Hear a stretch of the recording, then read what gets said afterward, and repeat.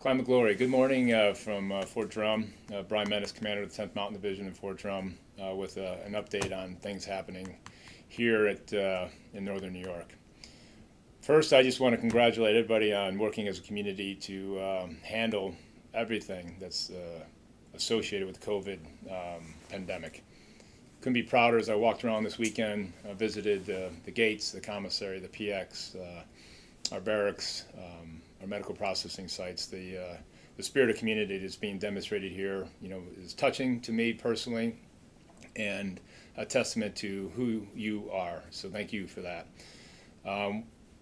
We welcomed home 299 people from 1st Brigade and one from our 10th Cab on Sunday. The reception went very well. They went into quarantine. We're trying with all efforts to make that stay comfortable, and we're proud to announce that they're, we think, being cared for very well. We'll get updates to you on how that goes as we continue to welcome folks home from the 1st Brigade and anticipate folks from the 10th Aviation Brigade inbound as well. Just for everybody to understand, the theater is still contemplating the exact numbers of people to return, particularly with the 10th Cab. So that is almost a day-to-day assessment that we believe is being communicated to the chain of command rear as well as the families.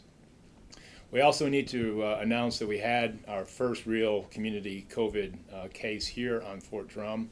It's with a extended family member of a dependent, was identified as having COVID, tested at Samaritan, and then the good news is as soon as those tests were processed on the 24th, the family was quarantined, and we believe there's minimal exposure to other folks here on Fort Drum.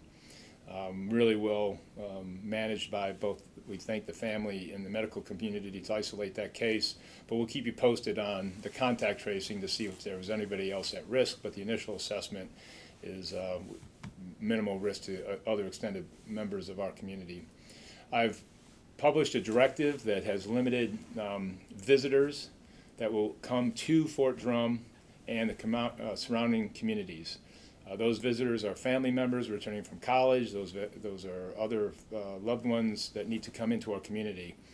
Currently, each soldier needs to request that visit through their chain of command in order to limit our exposure from folks outside.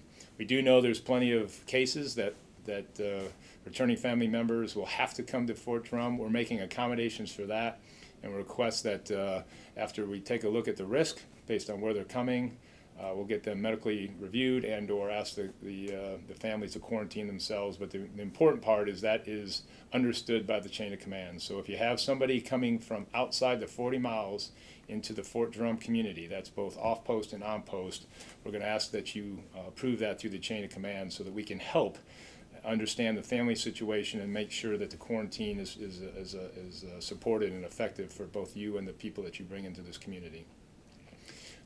So lastly, I think we're going to continue to modify our access to this post. We are establishing medical screening for folks coming in and out of Fort Drum, in and out of our commissary, in and out of our other public buildings. And we ask your patience for that. We think it's best to protect both the people that run those facilities as well as the clientele that use the facility. I was happy to see in the commissary, again, people cooperating with us to make sure that folks entering that facility are not symptomatic of any sort of illness that we need to take precaution to. So thanks for your support on that. We'll continue work to support our retirees, but again, if those folks are coming from outside the area, we'd ask their